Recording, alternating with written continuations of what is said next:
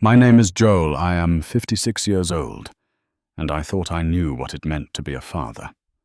For over 3 decades, I watched my little girl grow from a giggling toddler into a beautiful woman, and I spent years putting money aside so I could give her the wedding she always dreamed about. But on the morning she was supposed to walk down the aisle, standing in front of a venue my wife and I had completely paid for, she looked me straight in the eye and said those devastating words, "You are not invited to the wedding."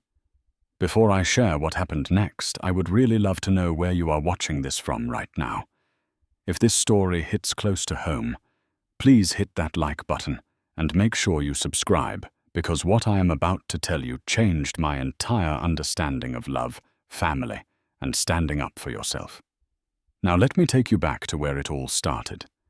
Being a father has defined my life for more than 30 years. The moment Emma was born, and I held her tiny hand in mine, I made a silent promise that I would always be there, always protect her, always support her dreams, no matter what. And I kept that promise through every single chapter of her life. I can still picture the afternoon when Emma was 5 years old, and I was teaching her how to ride a bicycle. It was a beautiful spring day at the park near our house, and she kept losing her balance and tumbling onto the pavement. Her knees got scraped, her hands got dirty, but she never once cried. Instead, she would pick herself up, brush off the dust, look at me with those fierce little eyes and say, "Daddy, I can do this." And she did. That moment taught me everything I needed to know about who Emma was. Strong, determined, fearless. I was right there on her first day of kindergarten when she marched into that classroom without even glancing back at me. I was there at her high school graduation ceremony when she delivered the valedictorian speech and made me weep with pride. I was there through every heartbreak, every triumph, every late-night conversation about her hopes and fears and dreams for the future. Linda, my wife of 35 years, and I raised Emma to be confident, intelligent, and independent. We were not rich by any stretch of the imagination. I spent 33 years teaching high school English before I retired, and Linda worked as a registered nurse. We lived within our means, saved what we could, but we always made absolutely certain Emma had everything she needed. More than anything else, we gave her love. Pure, unconditional, unwavering love. Emma and I shared a bond that felt unbreakable. She told me everything. When something upset her, I was the first person she would call. When she had exciting news, she could not wait to tell me. We had our own traditions that meant the world to me. Saturday morning pancakes, where we would argue about whether chocolate chips or blueberries were better. Summer road trips where we would sing along terribly to old songs on the radio. Movie nights where we would watch classic films and debate the endings for hours. She was not just my daughter. She was my closest friend. Then 3 years ago, everything started to shift. Emma was 27 at the time, working at a marketing firm in the city, and she met Brandon through some mutual friends at a professional networking event. He worked in the finance industry, came from serious money, and had that polished appearance that practically screamed old money and privilege. When Emma first mentioned him to me over the phone, I could hear pure excitement in her voice. "Dad, I really think this one might be different," she told me. I was genuinely happy for her.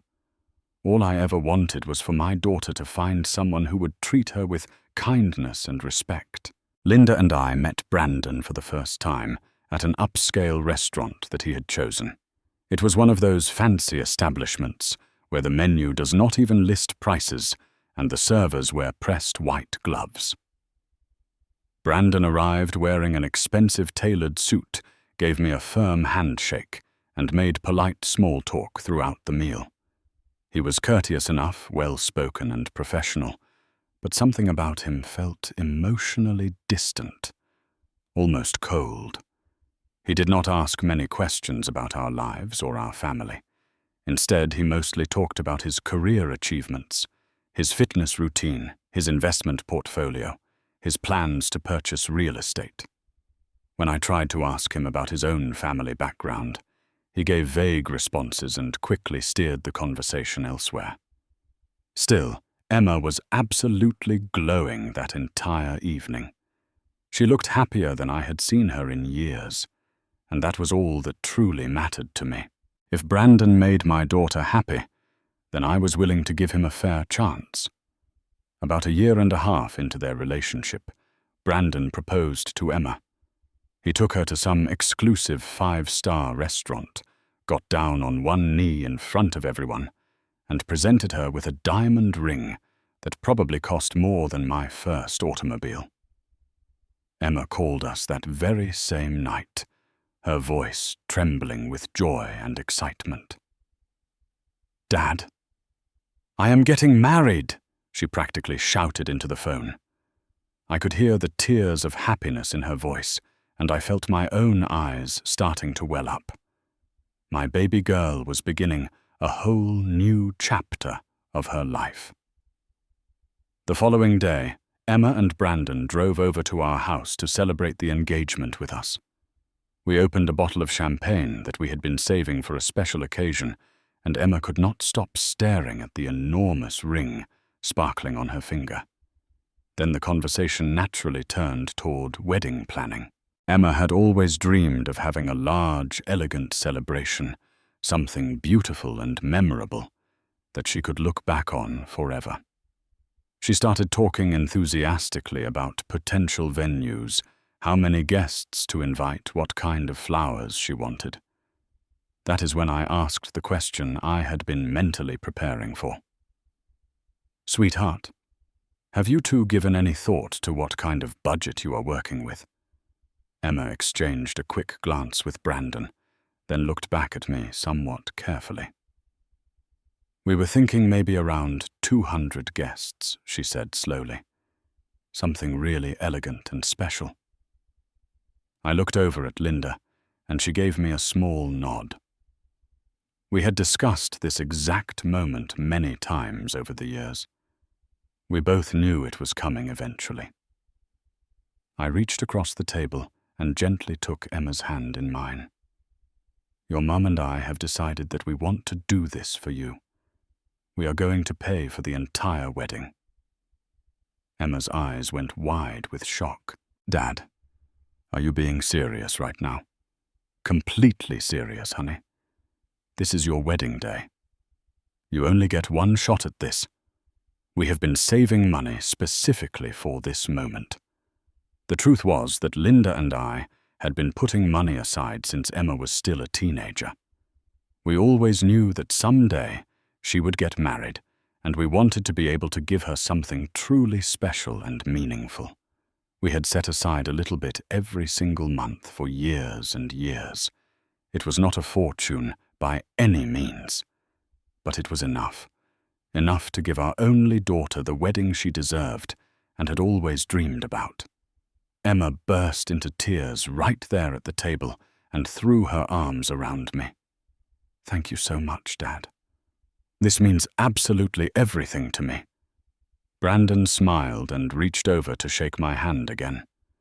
"That is incredibly generous of you, Joel. We both really appreciate it." I felt proud and fulfilled. I felt like I was doing exactly what a good father should do. Taking care of his child, making her dreams come true, being there for the important moments. Over the next several weeks, we dove headfirst into the planning process. Emma and Linda and I visited multiple venues together, comparing prices and amenities. We eventually chose a gorgeous hotel right in the heart of the city, with an elegant ballroom that had floor-to-ceiling windows overlooking the river. The venue was absolutely stunning. I wrote a check for $20,000 to secure the date and lock in our reservation. Emma was beyond thrilled. She started sending me text messages throughout the day with pictures of flower arrangements, color palettes, invitation designs. Every time my phone buzzed with a new message from her, it brought a smile to my face. I absolutely loved being involved in this process. We sat down together and carefully selected the menu, tasting different entree options and debating the merits of salmon versus filet mignon. We hired a highly recommended photographer whose portfolio took our breath away. We booked a live band that specialized in wedding receptions. We ordered thousands of dollars worth of beautiful flowers. Emma called me practically every single day with new updates and questions. Dad, what do you think about white roses compared to peonies? Dad, should we do a formal plated dinner or set up a buffet station? I offered my honest opinions when asked, but mostly I just enjoyed listening to her voice and hearing the pure excitement and joy. Everything felt absolutely perfect. I felt needed. I felt valued. I felt like I was truly her dad, fulfilling my role in her life. But then something began to change. Something that would eventually turn our entire world completely upside down. And it all started the evening we were introduced to Brandon's mother.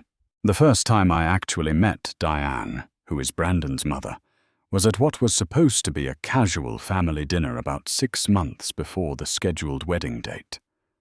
Up until that point, Brandon had been strangely secretive and quiet about his family situation. Emma had mentioned in passing that his parents were quite wealthy, that his father operated some kind of major investment firm, but she honestly did not know much beyond those basic facts. Brandon rarely brought them up in conversation. The dinner took place at an incredibly upscale steakhouse that Diane herself had selected and reserved. Linda and I made sure to arrive exactly on time, both of us dressed in our nicest clothing, to make a good first impression. We walked into the restaurant and immediately spotted Brandon and Emma already seated at a large corner table. And sitting directly next to Brandon was a woman who could only possibly be his mother. Diane appeared to be somewhere around 60 years old, dressed impeccably in an expensive cream-colored designer blazer with multiple strands of pearls around her neck.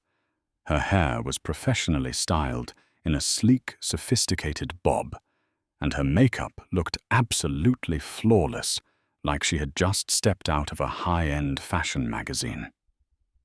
As Linda and I approached the table, Diane did not bother to stand up from her seat. She simply extended one perfectly manicured hand toward me and offered the weakest, most lifeless handshake I have ever experienced. "You must be Joel," she said in a smooth, controlled voice that somehow managed to sound both polite and condescending at the same time. "It is very nice to meet you, Diane," I replied, forcing myself to smile warmly. "And this is my wife, Linda." Emma interjected quickly, gesturing toward Linda. Diane gave Linda the exact same limp handshake and the exact same tight, insincere smile. "Please do sit down."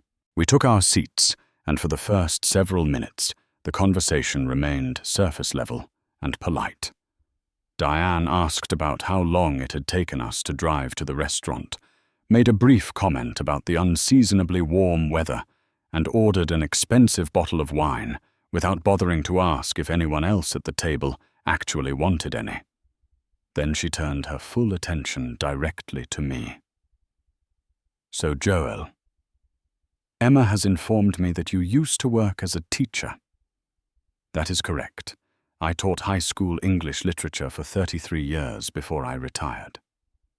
"How noble," Diane said, though her tone made it abundantly clear that she did not actually think it was noble at all. "And now you are enjoying retirement?" "Yes, just retired last year, actually." She took a slow sip of her wine and studied me with an expression I could not quite decipher. It was not overtly hostile, but it certainly was not warm or welcoming either. It was the look of someone carefully evaluating whether or not you were worth their valuable time and attention. "Brandon's father works in the finance sector," she announced, as if I had specifically asked for this information. "He built his entire firm from absolutely nothing. We have done exceptionally well for ourselves over the years." "That is wonderful to hear," Linda said politely, trying her best to keep the conversation pleasant and friendly. Diane proceeded to talk at length about their vacation estate in the Hamptons, their memberships at various exclusive country clubs, the high-profile charity galas they regularly attended. Every single sentence felt like a carefully crafted reminder that we existed in completely different social circles. I glanced over at Emma several times, hoping to catch her eye and share a knowing look, but she kept her gaze fixed downward on her plate, unusually silent and withdrawn. The dinner seemed to drag on forever. By the time we finally said our goodbyes and headed to the parking lot, I felt completely emotionally drained. As Linda and I drove home that night, she turned to me and said quietly, "That woman is something else entirely." "I know exactly what you mean," I replied with a heavy sigh. "But if Emma is truly happy with Brandon, then we will find a way to make this work." A handful of days later, Emma called me on the phone. Her voice sounded noticeably different, strained and tense in a way I had never heard before. "Dad, I need to talk to you about something kind of important." "Of course, sweetheart. What is going on?" "Well, Diane has offered to help out with some of the wedding planning." I paused for a moment. "That is nice of her to offer. She has some ideas and suggestions. She thinks we should make a few changes to our current plans." "What kind of changes are we talking about?" Emma hesitated before answering. "She thinks the hotel venue we chose is not quite right for what we are trying to achieve. She has a close friend who owns a private estate outside the city, and she thinks it would be more appropriate for the occasion." I felt an uncomfortable knot forming in my stomach. Appropriate in what way? You know, for Brandon's family and their social circle. Their friends and business associates. She genuinely thinks it would be better to have the wedding somewhere more exclusive and private. I took a deep breath and tried to keep my voice calm. "Emma, your mom and I already put down a substantial deposit on that hotel. We chose that venue together as a family. You absolutely loved it when we first saw it." "I know, Dad, and I still think it is beautiful. But Diane really believes this private estate would be significantly better. And Brandon agrees with his mother." "What about what you actually want for your own wedding?" There was a long, uncomfortable silence on the other end of the phone line. "I want everyone to be happy, Dad. That is what I want." That single sentence stuck with me like a thorn. Everyone. Not herself. Not what would make her happy. Everyone else. Against every instinct screaming inside my head, I reluctantly agreed to the venue change. We had to cancel our original hotel reservation and ended up losing a significant portion of the deposit we had already paid. Diane made all the arrangements for the wedding to take place at her friend's sprawling private estate, which was an enormous property with perfectly manicured gardens and a mansion that looked like something straight out of a historical movie. Emma sent me photographs of the location, and I had to admit it was visually stunning. But it was not the venue we had carefully chosen together as a family. It was not ours anymore. From that moment forward, Diane began systematically taking control of more and more aspects of the wedding planning. She had strong opinions about absolutely everything. The flower arrangements, the catering menu, the musical entertainment.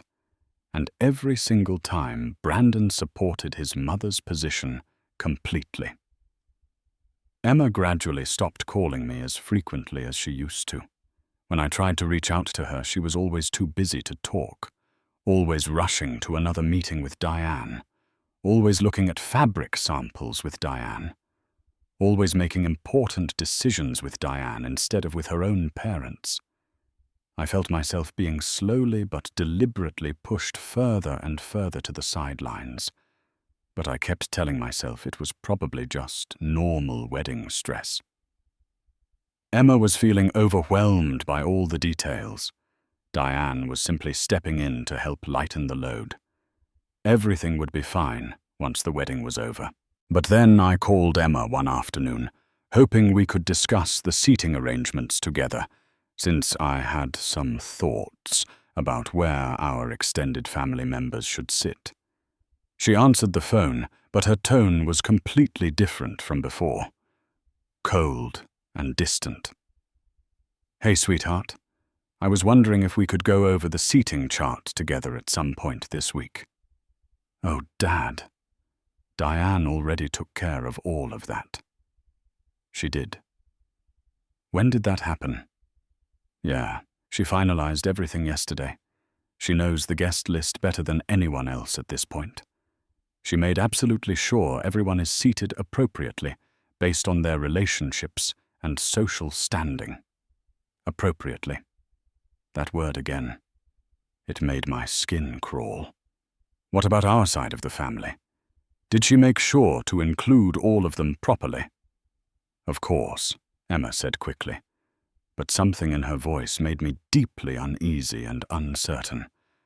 I tried my best to brush off the uncomfortable feeling. I tried to remain positive and optimistic. But deep down in my gut, I felt like I was losing my daughter piece by piece, and I had absolutely no idea how to get her back. The sense of unease I had been feeling only intensified and grew stronger as the weeks continued to pass. One afternoon, roughly 1 month before the scheduled wedding date, I received the official printed wedding invitation in our mailbox.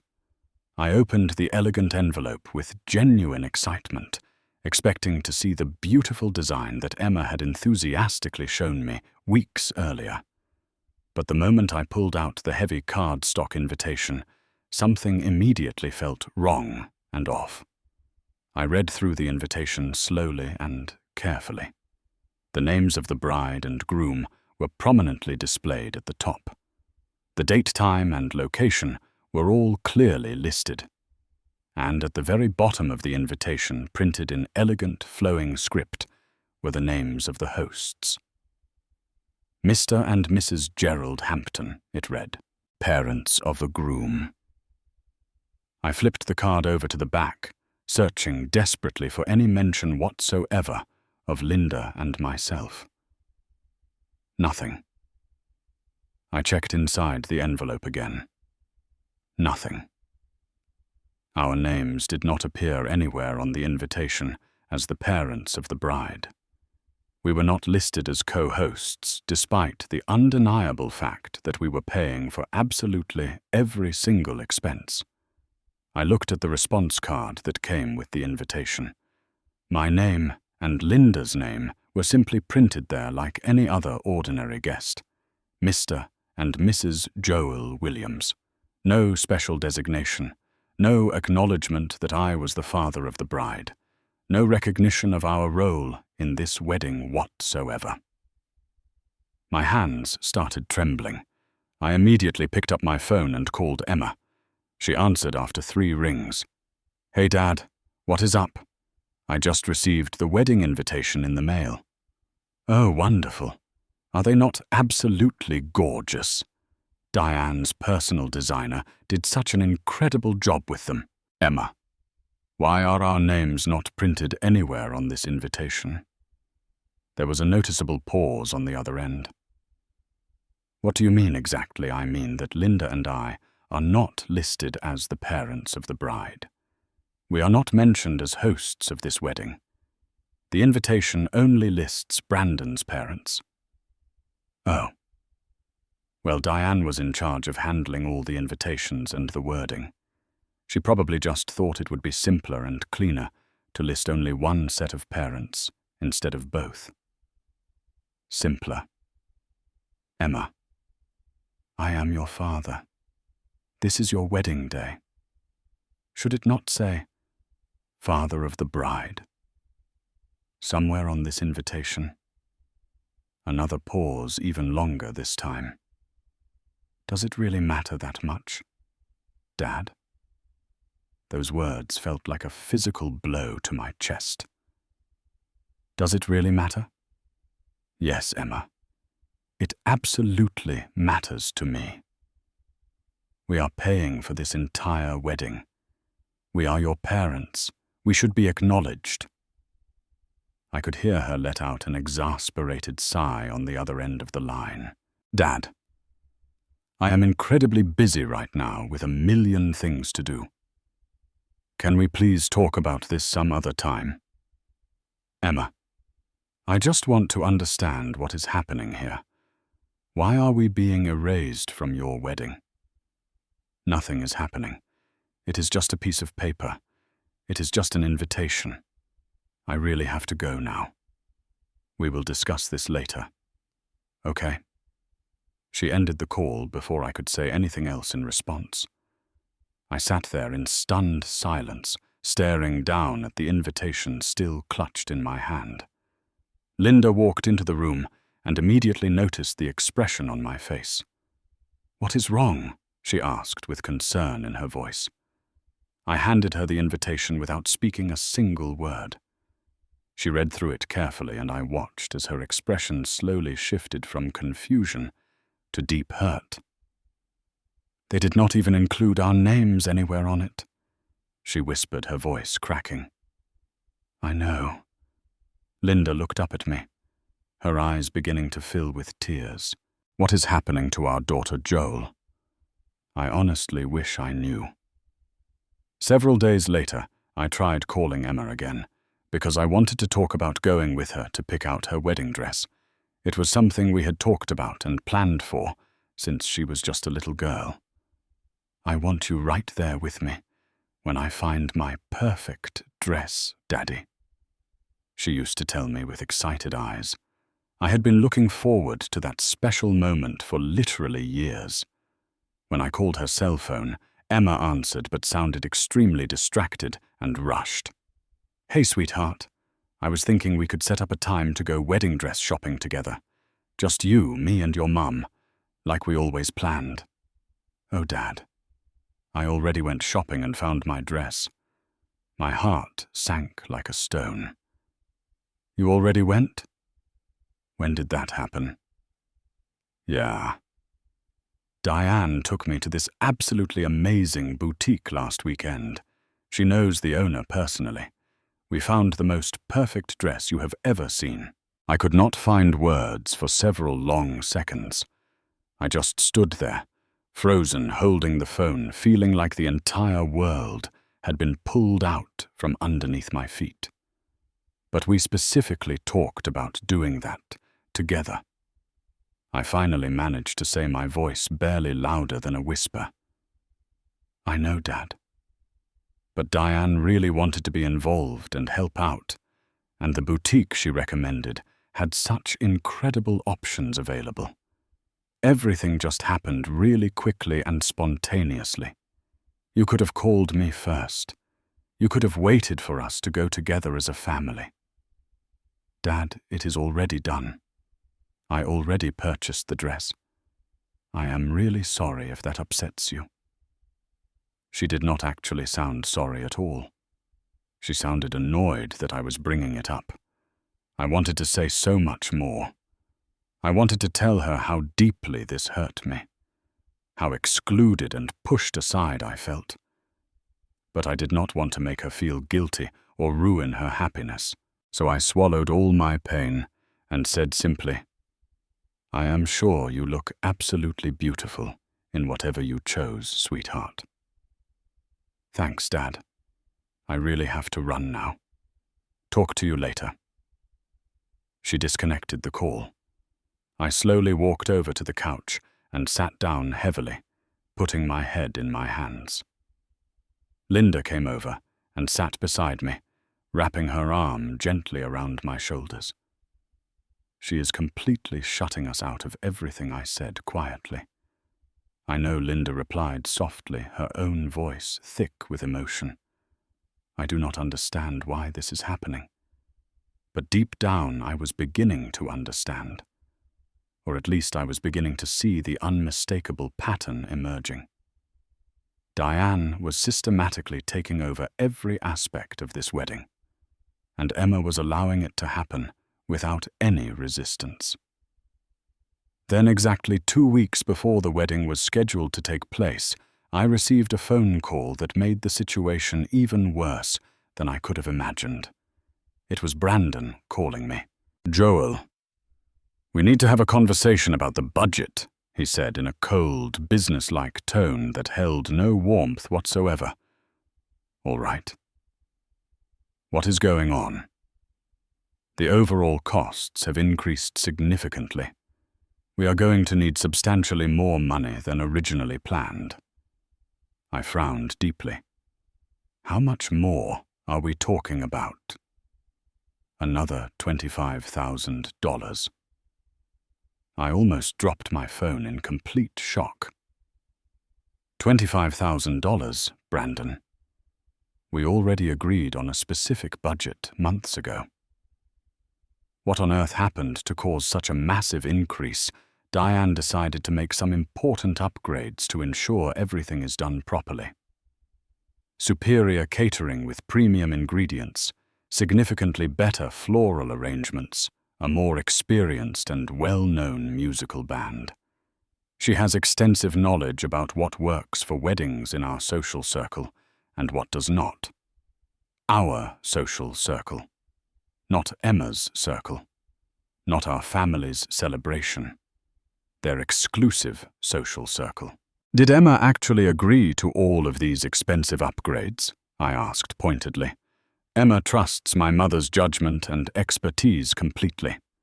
My mother has planned numerous high-end society events over the years. She absolutely knows what she is doing. But this is Emma's wedding day, Brandon. Not your mother's social event to orchestrate." His tone turned noticeably colder and harder. "Are you saying you will not cover these additional costs?" "I am saying that I want to have a direct conversation with my own daughter before I agree to spend another $25,000 that was never part of our original agreement.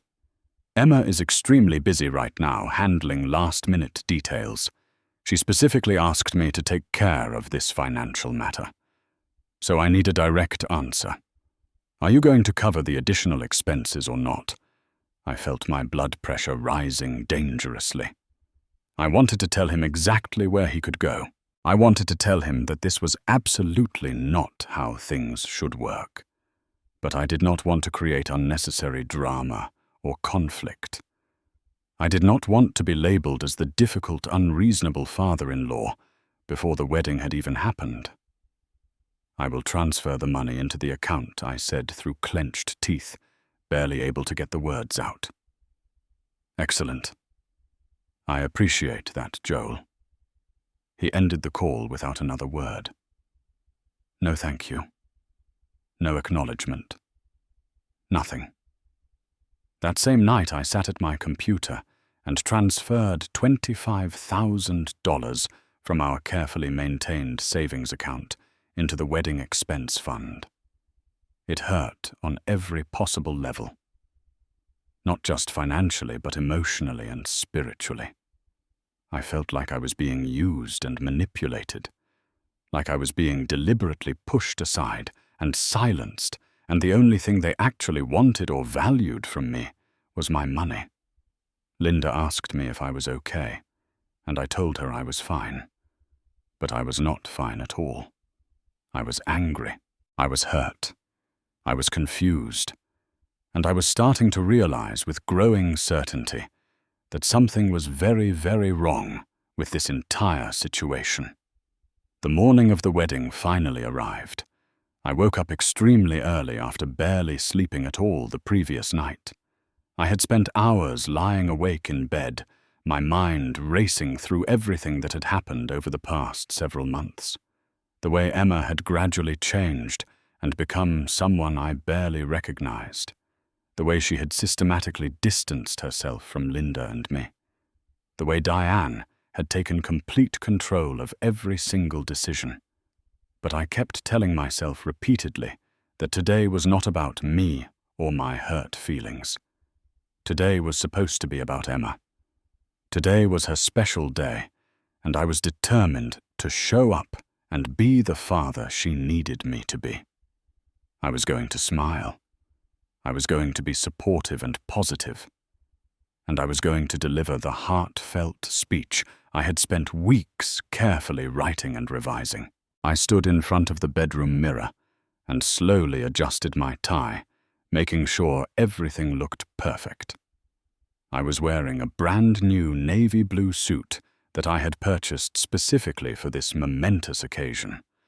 Linda entered the room wearing an elegant champagne-colored dress that she had spent countless hours shopping for and selecting. She looked absolutely stunning. "You look incredibly handsome," she said, softly, reaching up to smooth down the lapels of my jacket. "You look absolutely beautiful," I replied, leaning down to kiss her gently on the forehead. We both attempted to smile at each other, but there was an unmistakable tension hanging heavy in the air between us. A nervousness and anxiety that neither of us wanted to openly acknowledge or discuss. We climbed into our car and began the long drive to the private estate where the wedding ceremony was taking place. It was approximately a 45-minute drive outside the city limits, and the property turned out to be even more impressive and grand in person than it had appeared in the photographs Emma had sent.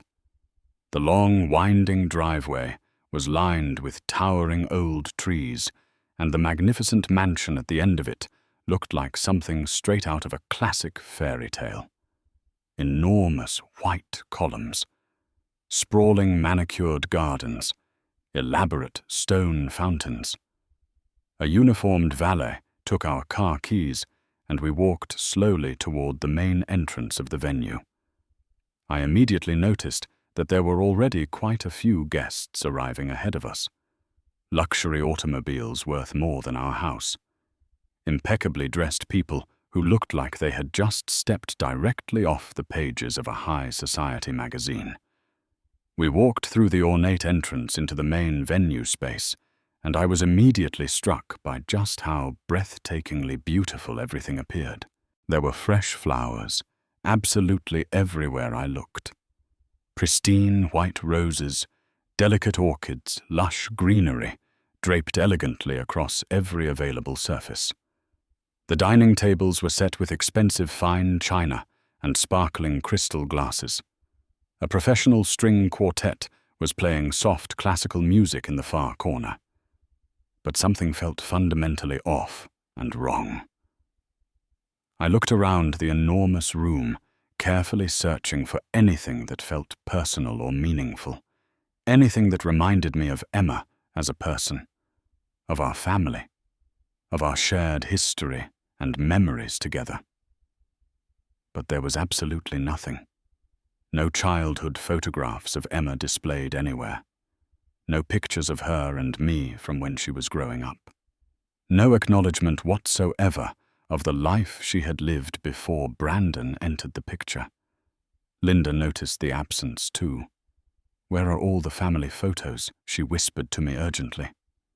"I do not know," I replied quietly. We walked further into the elaborately decorated venue and found the formal seating chart displayed on an elegant wooden easel near the entrance. I carefully scanned the alphabetical list, searching for our names and table assignment. There we were. Table number 12. Not table 1, where the immediate family should be seated. Not anywhere near the head table. Table 12, located near the very back of the enormous room, far away from the stage and dance floor. far away from where the bride and groom would be sitting throughout the reception. I felt my chest tighten painfully. "This cannot possibly be right," Linda said, her voice shaking noticeably. I did not respond. I just stood there, motionless, staring at the seating chart, trying desperately to process and understand what I was seeing with my own eyes. "I need to talk to Emma right now," I finally said with determination. I approached one of the professional event staff members and asked politely where the bridal preparation suite was located. They directed me to a private room on the second floor of the mansion. I climbed the grand curved staircase, my heart pounding harder with every step I took. When I finally reached the bridal suite, I knocked firmly on the heavy wooden door. A moment later, the door slowly opened. But it was not Emma who appeared. It was Diane. She stood directly in the doorway, physically blocking my view of the room beyond. Her expression was cool, unwelcoming, and completely devoid of warmth. "Joel," she said flatly, like my presence was an unwanted interruption. "I need to see Emma immediately. She is in the middle of getting ready. You absolutely cannot be in here right now. I am her father. I just need 5 minutes alone with her. The groom's family is with her at this moment. You will see her during the actual ceremony." I felt a surge of intense frustration rising inside me. "Please, Diane. Just 5 minutes. That is all I am asking for." Before she could respond with another dismissive statement, I heard Emma's familiar voice calling out from somewhere inside the room. "Who is at the door?" Diane glanced back over her shoulder, then looked at me with an expression that made it crystal clear I was absolutely not welcome here. "It is your father." A moment later, Emma appeared behind Diane in the doorway. She was wearing her wedding dress. It was absolutely stunning. Flowing white lace, intricate beading, elegant and timeless. She looked like a princess from a storybook. "You look absolutely beautiful, sweetheart," I said, my voice thick with overwhelming emotion. Emma did not smile at the compliment. She did not say thank you. She just stood there staring at me with a completely blank, unreadable expression on her face. "Dad, I am extremely busy right now getting ready." "I know, honey. I just wanted to talk to you for one quick moment. I brought the speech I have been working on for weeks. I thought maybe we could go over it together real quick, just to make sure it sounds okay." There was a long, uncomfortable pause that seemed to stretch on forever. Then Diane spoke up firmly. "There will not be any speeches from your side of the family, Joel." I froze completely. "What did you just say?" Diane took a small step forward, crossing her arms across her chest. "We have already made arrangements for Brandon's father to give the official toast. It is more appropriate for the occasion." I looked directly at Emma, desperately waiting for her to say something, waiting for her to tell Diane that this was completely unacceptable, that I was her father, that I absolutely deserved to give a speech at her wedding. But Emma said absolutely nothing at all. "Emma," I said, my voice starting to break. "This is our tradition. I am your father. I have every right to speak at your wedding." She finally looked directly at me, but her eyes were cold and distant. "Diane believes it is better this way for everyone involved." "What about what I think? What about what we planned together?" Emma looked away from me. "This is my wedding day, and I want everything done properly and correctly. Done properly." I felt anger beginning to boil up inside my chest. "I have paid for absolutely everything, Emma. Every single expense." Diane's expression hardened noticeably. "Money does not buy you control over other people, Joel. I ignored her completely and kept my focus entirely on Emma. "Please, sweetheart, let us just talk privately. Just you and me for 5 minutes." Emma shook her head slowly. "Dad, I think you should go wait outside with all the other guests now." "Other guests, I am your father, not just another guest." Her voice turned sharp and cold. "You are not invited to be here in this room right now." Those words hit me like a devastating physical blow. I stood there completely frozen, staring at my own daughter, unable to believe what I had just heard come out of her mouth. "You heard her clearly," Diane said with finality. "Please leave immediately." I looked at Emma one final time, silently praying and hoping she would take back those horrible words, hoping she would suddenly realize what she had just said to me. But instead, she turned her back to me and walked away toward the full-length mirror on the far wall. I stood there for what felt like an eternity, my hands trembling uncontrollably. Then I slowly turned around and walked out of that room. I made my way back down the grand staircase, my vision blurred with tears. I was fighting desperately to hold back. I found Linda standing near the main entrance, looking worried and concerned. "What happened up there?" she asked urgently. I could barely force the words out of my throat. "She told me I am not invited." Linda's face went completely pale. She said, "What she told me I am not invited to be there with her. Diane informed me there will be no speech from me. They do not want me involved in any way." Linda grabbed my arm tightly. "We need to leave this place right now." I nodded in complete agreement. I could not stay here another minute. I could not stand in the back of that enormous room and watch my daughter get married while being treated like I did not even matter, like I was nothing more than a wallet. We walked quickly out of the venue and headed straight to the parking lot where our car was parked. I asked the valet to bring our vehicle around immediately. We climbed into the car, and I sat there in the driver's seat for several long minutes, my hands gripping the steering wheel so tightly my knuckles turned white. "What are we going to do now?" Linda asked, tears streaming down her face. I looked back at the enormous mansion one final time. Then I turned to my wife and said with absolute certainty, "We are going to leave, and we are going to cancel absolutely everything." When we arrived back at our house, I did not even bother changing out of my suit. I went directly to my home office, pulled out every single contract, every receipt, every piece of documentation related to the wedding expenses. I spread everything out across my desk and immediately started making phone calls. Linda sat down in the chair next to me, her face still pale, but her expression resolute and determined.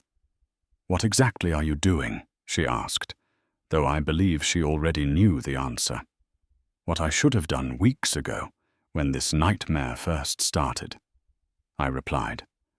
I picked up my phone and dialed the number for the estate venue coordinator.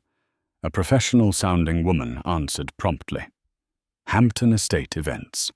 How may I assist you today?" "This is Joel Williams.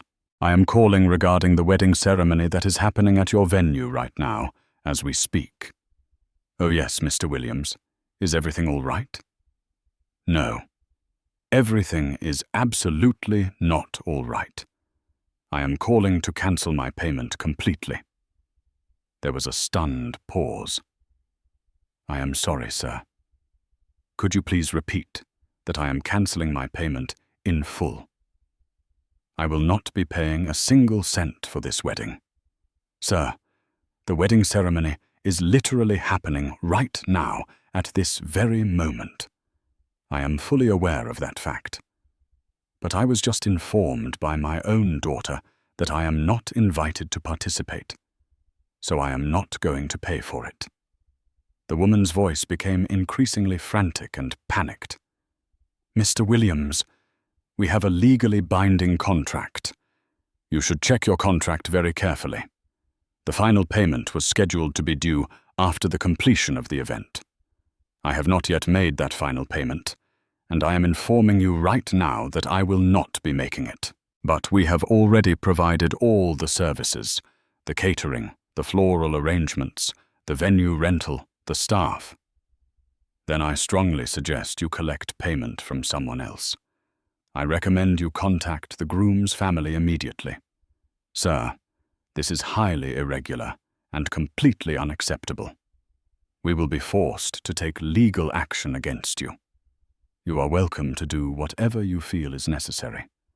But I am not paying for a wedding where I was explicitly told I am not invited." I ended the call. Linda looked at me with wide eyes. "You actually did it. I am only just getting started." I called the catering company next. The conversation followed an almost identical pattern: shock and disbelief, panic and anger, threats of lawsuits. I remained completely calm throughout. I told them exactly the same thing. I am not paying. Contact the groom's family for payment. Then I systematically called the florist, then the professional photographer, then the live band, then every single vendor involved in this wedding. One by one, I methodically cancelled every outstanding payment. Some of the vendors were surprisingly understanding and sympathetic. Some were furious and hostile. Some tried desperately to negotiate or compromise. But I absolutely did not budge, even slightly. I was finished being pushed around and taken advantage of. I was finished being treated like I did not matter. I called our bank and requested an immediate stop payment on the $25,000 transfer I had made to Brandon just 2 weeks earlier. The banker asked for my reasoning, and I explained the entire situation briefly. He listened quietly without interrupting, then said professionally, "Let me see what I can possibly do for you." Because that particular payment had not yet fully cleared and processed through the banking system, he was able to successfully reverse the entire transaction. By the time I had finished making all my phone calls, barely 20 minutes had passed, but the damage was completely done. My cell phone started ringing almost immediately. The first incoming call was from Brandon. "What the hell do you think you are doing?" he shouted furiously into the phone. I remained perfectly calm and composed. "I am not paying for a wedding I was explicitly told I am not invited to attend. You are ruining everything. You are destroying Emma's special day. No, Brandon. You and your controlling mother ruined it when you systematically pushed me out of my own daughter's life. You absolutely cannot do this to us. I just did exactly that." I disconnected the call. The next incoming call was from Diane. She was screaming so loudly and hysterically into the phone that I had to physically hold it away from my ear. I did not even attempt to listen to what she was saying. I simply blocked her number permanently. Then Emma called. I hesitated for a brief moment before answering the call. "Dad, please," she cried desperately. "All the vendors are leaving. People are staring at us. This is so incredibly embarrassing." "You specifically told me I was not invited, Emma. I did not mean it like that. I was just stressed and overwhelmed." "You absolutely meant it. And Diane meant it. And Brandon meant it when he supported her. Please, Dad, just fix this situation right now. I am literally begging you." I felt my heart shatter into a million pieces all over again, but I knew with absolute certainty that I could not back down now. "I cannot fix what you broke, sweetheart. There was complete silence on the other end of the line for several seconds. Then Emma's voice came back, cold and filled with pure hatred. "I hate you so much." She ended the call abruptly. I set my phone down on the desk and looked over at Linda.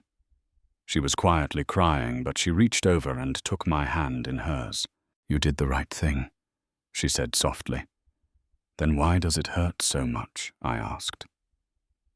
We sat together in complete silence in my office for the remainder of the evening.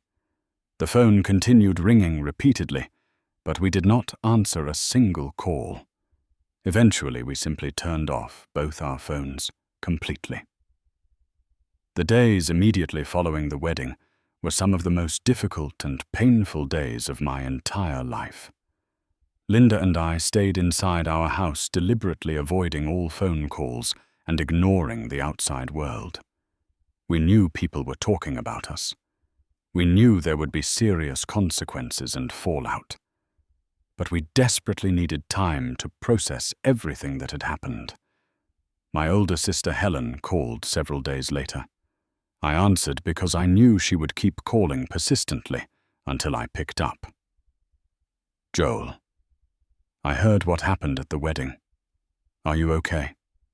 I told her absolutely everything from start to finish. She listened without interrupting me even once, and when I finally finished, she said firmly, "You did what you had to do, Joel. It certainly does not feel that way. I know it hurts right now. But you stood up for yourself and your own dignity. That takes real courage." A few of our closest friends reached out as well during that week. Some were genuinely supportive and understanding. Some were critical and judgmental. One person actually told me I had embarrassed and humiliated my daughter on the most important day of her entire life. I did not bother arguing or defending myself. I simply ended the conversation. 3 days after the wedding, I received a long email from Emma. It was emotional and rambling. She explained that the wedding had continued despite all the chaos, but it had been absolutely disastrous. Multiple vendors had demanded immediate payment on the spot. Brandon's family had been forced to use multiple credit cards to cover all the unexpected costs. Diane was absolutely furious and blamed Emma for everything. Brandon was cold and distant toward Emma because her family had caused such a massive scene and embarrassed them in front of all their important friends and business associates. She wrote that their honeymoon trip had been tense and uncomfortable. Brandon barely spoke to her the entire time. He was angry that her family had made them look foolish and irresponsible.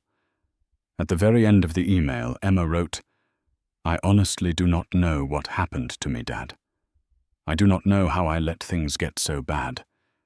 But you could have just paid for everything and then talked to me later about it. You did not have to ruin my entire wedding day." I read through the email 3 complete times. Then I closed my laptop and did not respond immediately. 1 week later, I received an unexpected phone call from Kate, who had been Emma's absolute best friend since high school. I had not spoken to Kate in several years, but she sounded urgent and concerned. "Mr. Williams, I need to tell you something really important." "What is it, Kate?" "It is about Emma and everything that has been happening. She has been completely different ever since she started dating Brandon. I tried to talk to her about it multiple times, but she refused to listen to me." Different in what way specifically? Kate explained that Diane had been systematically manipulating Emma for many months. She had convinced Emma that Linda and I were too simple and unsophisticated for Brandon's elite social circle. She had told Emma repeatedly that if she truly wanted to be accepted into their wealthy family, she needed to create distance between herself and us. Brandon never once stood up for Emma or defended her. Kate continued, "He always took his mother's side in every situation. He made Emma feel like she had to choose between you and them. I felt an overwhelming wave of sadness wash over me. "I should have told you all of this sooner," Kate said, her voice filled with regret. "I am so incredibly sorry." "It is not your fault at all," I replied gently. After I ended the call with Kate, I sat down at my computer and wrote a brief email to Emma. It was short and direct. "Emma, I love you more than anything in this world. I always will. But I cannot and will not accept the way I was treated. When you are ready to have a real conversation, a genuine talk, I will be here, waiting. Love, Dad." I hit send and waited. 6 long, painful months passed slowly. 6 months filled with heartache and uncertainty. Linda and I did our absolute best to move forward with our lives and find some sense of normalcy. We took a week-long trip to the mountains where we hiked and breathed in fresh air. I started volunteering at a local community literacy program, teaching adults how to read and write. Linda enrolled in painting classes and discovered a hidden talent for watercolors. We found small moments of joy and peace wherever we could. But there was always an empty space in my heart, a missing piece that I could not seem to fill no matter what I did. Then one quiet afternoon in early autumn, there was an unexpected knock at our front door. I opened it slowly, and there stood Emma. She looked drastically different than the last time I had seen her. Significantly thinner. Her eyes were red and swollen, like she had been crying for days on end. "Hi, Dad," she said quietly, her voice barely above a whisper. I stepped aside wordlessly and let her inside our home. She walked into the living room and sat down carefully on the couch. I sat across from her in the armchair. Linda heard voices and came into the room, sitting down next to me on the arm of the chair. For what felt like an eternity, no one spoke a single word. Then Emma started talking, and once she started, everything came pouring out. She told us that her marriage was falling apart completely, that Brandon had changed dramatically after the wedding ceremony, that he had become controlling and emotionally distant, that Diane was constantly interfering in every aspect of their married life, telling Emma what to wear, how to behave, who she was allowed to spend time with. I felt like I was losing myself completely, Emma said, her voice cracking with emotion. I was so focused on trying to impress them, trying to fit into their world and their expectations, that I forgot who I actually was. I forgot about the people who raised me and loved me. I forgot about the people who loved me unconditionally, no matter what. She looked directly at me, with tears streaming down her face. "I was absolutely awful to you, Dad. I said terrible, unforgivable things. I treated you like you did not matter at all. And I am so sorry for everything." I felt my own tears starting to fall down my cheeks. "I have been waiting to hear those words," I said honestly. "Can you possibly forgive me for what I did?" I stood up from my chair and walked over to where she sat. I pulled her up into my arms and held her tightly against me. "I already have forgiven you," I whispered into her hair. Linda joined us immediately, and the three of us stood there holding each other and crying together. After several minutes, Emma pulled back slightly and wiped her eyes. "I am leaving Brandon," she said with certainty. I was not surprised in the slightest. "You need to do what is right for you and your future," I told her. "I am scared about what comes next." "I know you are. But you are not alone anymore. We are right here with you." Emma nodded slowly, and for the first time in many months, I saw a small glimpse of the daughter I used to know shining through. Over the following weeks and months, Emma moved back into our house while she worked through the divorce process and figured out her next steps. The divorce was messy and emotionally draining, but she handled it with strength and grace. She was resilient. She was brave. She was my daughter. As I watched her slowly rebuild her entire life from the ground up, I came to realize something profoundly important. What I did that day walking away from the wedding and canceling all those payments was never about revenge or anger. It was about refusing to be erased and dismissed. It was about showing Emma that genuine love does not mean allowing people to treat you with disrespect. And in the end, my actions saved both of us. Because if I had remained silent, if I had simply paid for everything and smiled and pretended everything was fine, Emma would never have woken up to the reality of her situation. She would have stayed trapped in a life that was slowly destroying her soul, and I would have lost all respect for myself in the process. Sometimes the most loving thing you can possibly do for someone is to say no. Sometimes you have to allow people to face the natural consequences of their choices so they can learn and grow from them. I learned that being a parent does not mean always saying yes to everything. It does not mean always being convenient or easy. It means standing firm in your core values and principles even when it hurts deeply, even when it costs you something precious. Emma is doing so much better now. She found a new job that she loves, made genuine new friends who support her, started going to therapy regularly. Our relationship is healing gradually, one day at a time. We have our Saturday morning pancake tradition back. We watch movies together like we used to. We talk openly and honestly about everything. And I have found peace. Real peace in knowing that I made the right decision. Peace in knowing that I chose self-respect and dignity over silence and submission. Looking back on everything that happened, I would not change a single thing. Because that day when I drove away from that wedding, I did not just stand up for myself. I gave my daughter the greatest gift I could possibly give her. The truth.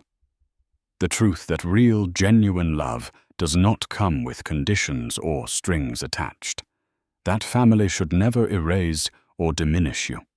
That you deserve to be valued and respected. Now I want to ask you something.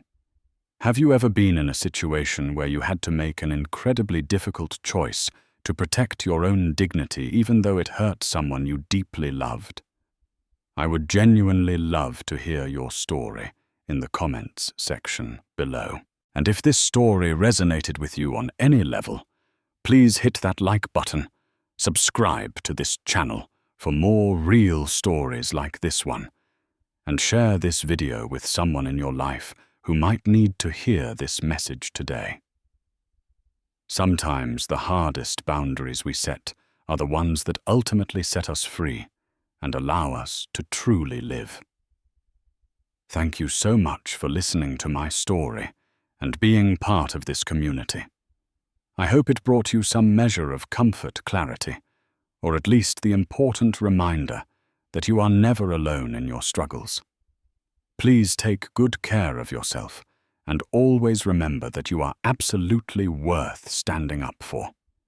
Your dignity matters. Your voice matters. You matter.